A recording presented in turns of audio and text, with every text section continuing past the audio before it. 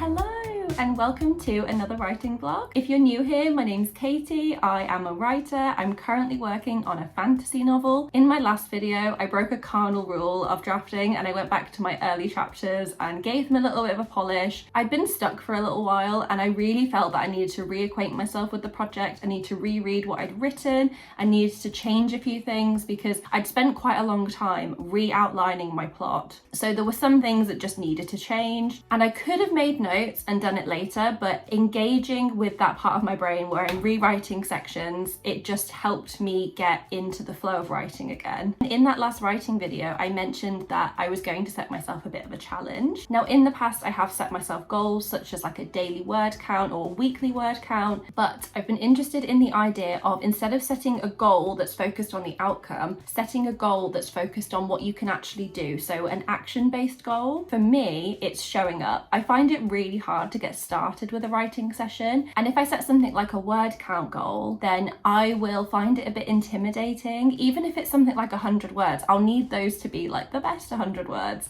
I don't want to feel defeated if I don't write a certain amount, because I can still make really great strides with the book, but I don't want to do nothing. I need to keep moving. I'm glad that I went back and I edited, and I think that was something that will help me get back into writing, because I had to rewrite sections of scenes, I had to think about new dialogue, I made all these changes that exercise those writing muscles, but it wasn't as intimidating as the blank page. I need to go and write a whole new scene. But now I'm at the point where I have the blank page and I need to go and write whole new scenes. Luckily though, I spent some time on my outline, so I have re-outlined this book. I've taken that and turned it into a bit of a to-do list with all the scenes that I need. So it is Friday afternoon, I have finished work. I thought I would film over this weekend, and I'm going to try and show up for writing sessions as often as possible. I'm not going to set myself a big challenge of how much I can write in a weekend. I think that's just too ambitious for me right now when I'm a bit out of practice with writing, but I want to build that muscle back up again. I want to build a routine. I'm gonna have my headphones on, listening to classical music. It's gonna be a vibe, it's gonna be cozy. It's meant to rain this weekend, which honestly I'm hoping for, because it's been so hot. I talked about it in my last video and I had to cut out so much of me moaning about the heat because I know it gets boring quick. I spoke to some people in the comments who are also in Europe who are saying the same thing, that we've been having this heat wave and it feels like a blanket of heat just like pressing down on you. So that's fun.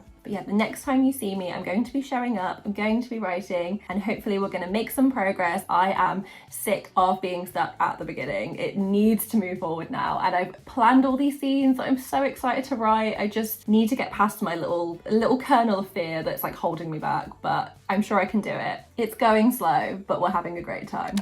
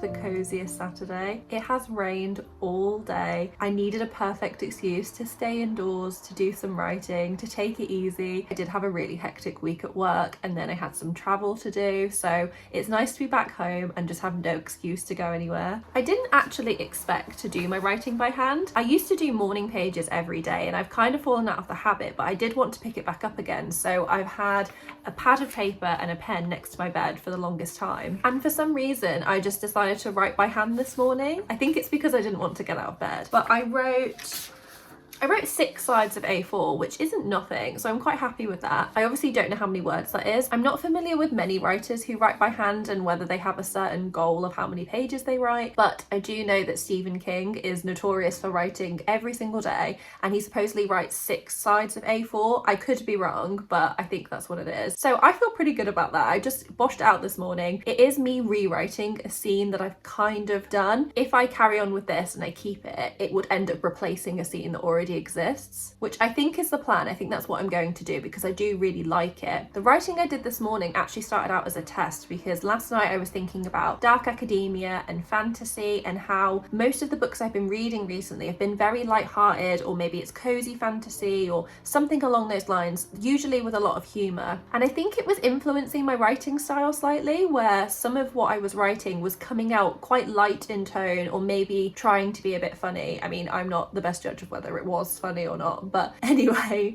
it's just not the tone I think I want to strike with the story. These are things that I can obviously change later, but it has got me thinking a lot about tone and voice and how I want to go about this story. The plan I have includes some darker material. I don't want to set this up as like a light-hearted story when I know I have some real dark kind of adult themes that come later. I have a bit of a pet peeve about books that do that. I do think that there is a way to strike the balance between humour and darkness. There's a lot of books that do that really well. But yeah, when I was rereading my first few chapters to give them a little bit of a freshen up, I just found that the tone was just a little bit off in places. So honestly, I thought I should just go back to some of the darker books that I have, whether they're fantasy or historical or anything relevant to my book, on books that have darker material that tackle it in appropriate ways.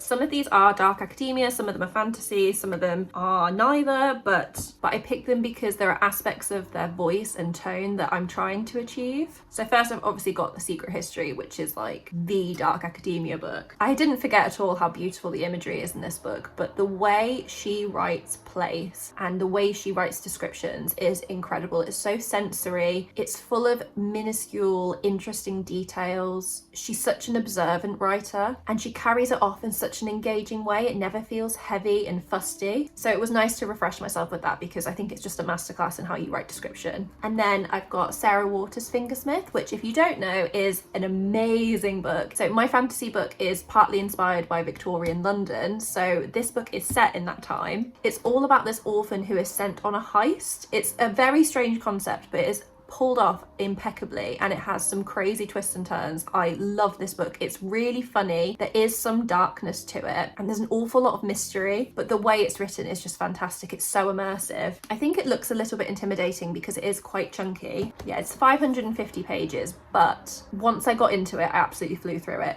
I will say if you've never read anything by Sarah Waters, this is the best book to start with. And then I've got Babel, obviously very dark academia. What I felt I needed to see were examples of stories that really get the reader up to speed quickly and keep the pace moving without feeling too fast or lingering too long on unnecessary detail or information. And I think it's important with fantasy or historically inspired novels to deliver information really effectively. Because you have so much world building, because it's not the world that the reader is familiar with, you do have to just work a little bit harder to get that context in. So this is a really good example, and I'm going to carry on reading it while I'm writing this book. And then this I've actually not read. This is A Darker Shade of Magic by V. Schwab, and I started reading it this morning and it's so good. It's so good. I'm like the last person to read this book, but I was really enjoying it and I didn't realize it was set in the Georgian era, and actually when I picked it up I thought it was contemporary, so I was really pleased to find out it was historically inspired. I know very little about this book, but if you don't know, there are alternate versions of London and we follow a main character who can travel between them, and he delivers messages to royal families in these different Londons, and that's honestly as far as I got, but the magic so far is really interesting.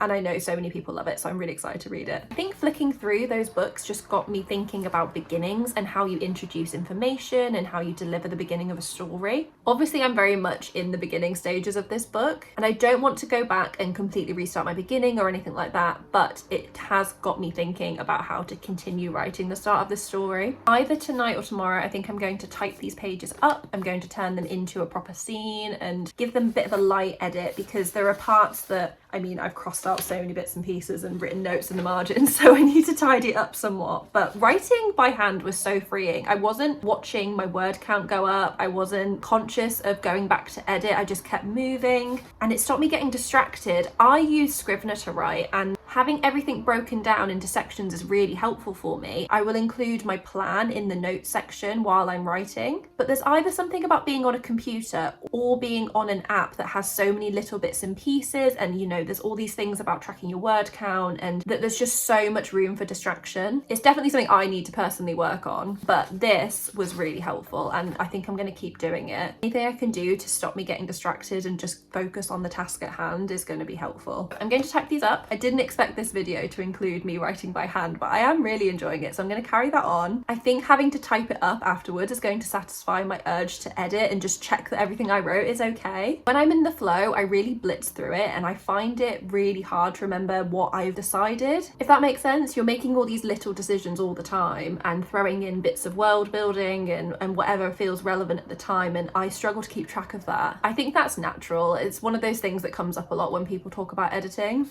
but having that second look at it is definitely going to be helpful. But I think that's all for me for now. I'm going to go order some food. I actually don't order food very often. I realized in my last video I ordered food, so it seems like I do, but I definitely don't. I think we're going to watch the final Lord of the Rings film tonight, so we're going to have a little takeaway, a little cozy evening, and I'm really excited. Yes, I might come back to writing later. If not, it will be a job for the morning.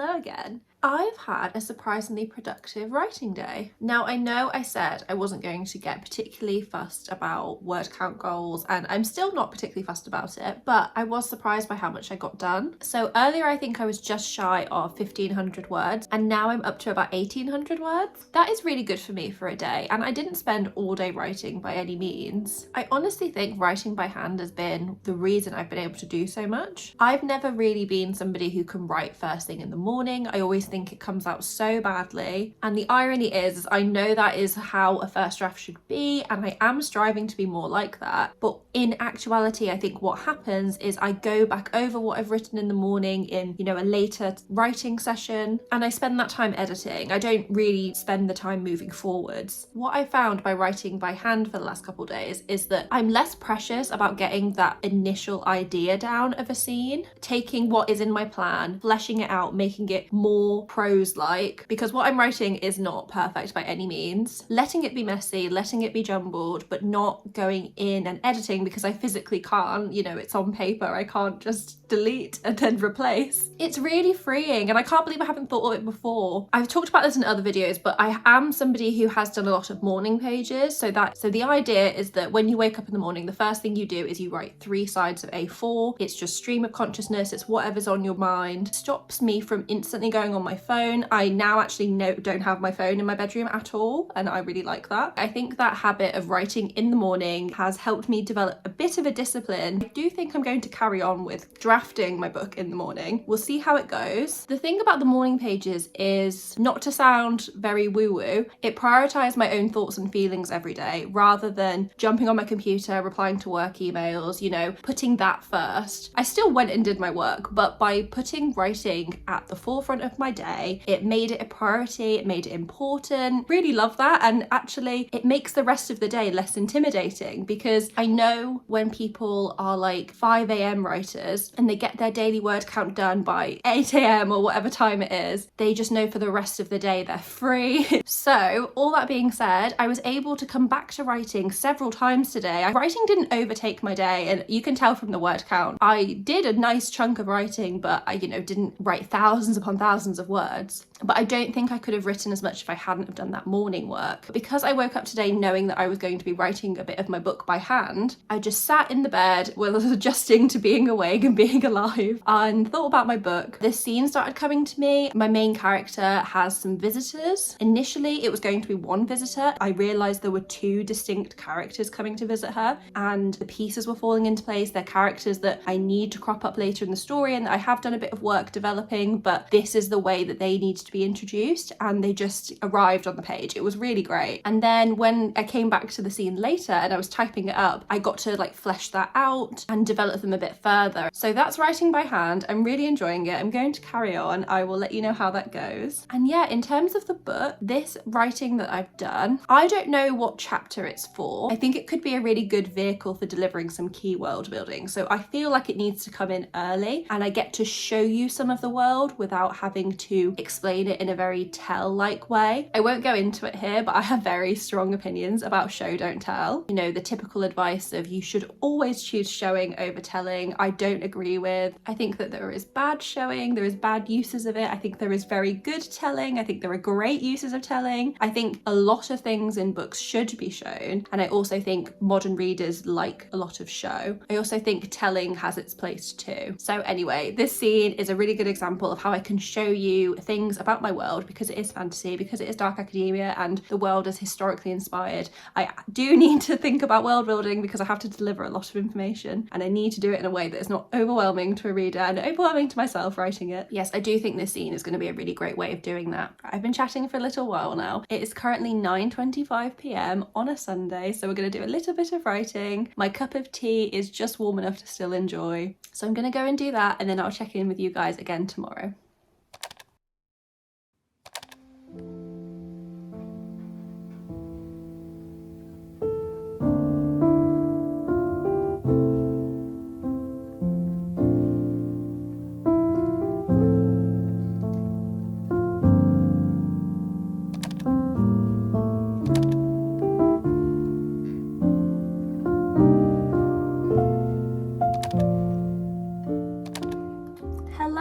Hello, is the following day, so it is Monday. I've just finished work. I didn't have time to check in yesterday after I was finished writing because I really spent the entire weekend writing, so I was up really late still working at it. But I had a really good time. Like, the weather was absolutely perfect for writing. I know I've said that about 70 times. I was really surprised by how much I actually ended up writing. Obviously my goal for this weekend was just to show up as many times as I could and commit to writing, and I think I succeeded. I actually lost count of how many times I showed up because I just kept doing it and I wasn't really keeping track, which I think is honestly a sign of success. The other thing is that I wrote quite a lot of words. I wasn't really consciously tracking my word count, but because I was writing a new chapter and then I started a chapter after that, I do have an idea of how much I ended up adding to the manuscript. Now, I talked about this a little bit earlier, but what I have written this weekend is probably going to replace some existing scenes, which means I have some stuff to figure out, but honestly that's fine. I think what I've written is much stronger. In total, I wrote just under 6,000 words, which is amazing for me in a good week, let alone over a weekend, but that was the only writing I managed to get done last week. I feel like this weekend was all about trying new things and changing my mindset and seeing if that helped my writing process, and I really think I found some things that work for me, at least work for me now writing this particular book, because as we know, it always changes. Writing by hand, obviously I'm a huge fan of that. I do think it depends on what you are writing. I think going back over my work is a form of procrastination, and I think going back over my plan is a form of procrastination, and it's that weird thing where you need to do a little bit of it to be able to get back into the flow of writing, but too much of it and you're just spending your time doing something else and not moving the story forward the way that you intended when you sat down to write. For this first draft, I just need to get through it, and the difficulty has been trying to fit it around all my other responsibilities and my work and everything else. Just like anybody else who is trying to write a first draft, it's so hard to find the time. I was recently speaking with a writing friend who was saying that she has a carnal rule that she tries to show up every single day, even if it is only to add 50 words or 100 words to the manuscript. I've always thought that that wouldn't work for me, but I really think I need to keep at it. And actually, when I think about it, the most productive periods in my writing journey have been when I've been so ingrained in a project that I'm coming up with bits of dialogue or prose while I'm out and about or while I'm just living my daily life, because it's always quite close to the forefront of my mind. It's so easy to let everything else clutter up your brain and then your book just falls off to the wayside, because if you don't actively engage with it, it kind of goes away because it's such a solitary activity. Writing every day for this project is going to help me stay closer to it. Again, I think I'm going to struggle with that. I don't know that I'm going to be able to do it every single day, but I will try and start every day with just a little bit of writing. I've talked an awful lot about morning pages, so for me it's just replacing that habit with, instead of writing just stream of consciousness, it's writing fiction. I have been tempted to kind of print out my plan or make some notes so that in the morning, if I'm stuck and I don't know what to write next, I have something to look at, but I'm going to fight that instinct because I think it's counterintuitive and I think I might procrastinate. That's not to say that I might not change my mind and do it later. If you've watched any of my videos, you know that I will try something, I will try the opposite, and I will flip-flop, and it's just part of the process. And I think you have to try so many things, and if you've seen my video about how I took a big break from writing last year, you'll know that when I came back I felt like an entirely new writer, and everything about my practice has changed. So it's this really exciting thing of I get to try new things and things that I never thought would apply to me, and surprisingly a lot of those things end up working in strange, beautiful ways. Again, it can be really hard to be productive and to get a lot done when you don't really know your practice. So it's this exciting, weird time, but I'm loving it, and I think the book that I'm working on, it's so dear to my heart, and I haven't really talked about it in loads of depth. I think I've said that it's dark academia, it's fantasy, historically inspired world, it's set in an alternate Victorian London. I would love to talk about it some more. I floated this idea in another video, but I have never really made mood boards. I know lots of people do them on Pinterest and other places, but I would love to make a little mood board and then share it with you guys, because I feel like that will get across so much more of the vibes than I can really share, because I can't really talk about it in detail because so much is changing all the time. And I don't know, I do think a first draft should be private to some degree, if anything just to protect you from any feeling of vulnerability that you have sharing your ideas before they're wholly developed. I have quite strong feelings about how I share my work for feedback and how I work with feedback and the timing of all of that. I think feedback is amazing, and from the right person who understands the project and maybe they are a writer as well, or you know, they read widely, it can be like transformative. But again, I know that feedback at the wrong time and maybe the wrong type of feedback can derail things, and so I always err on the side of caution and definitely keep my project close to myself until I'm ready to share it. And to be honest, books are never done, so how do you feel ready to share it? I actually don't know.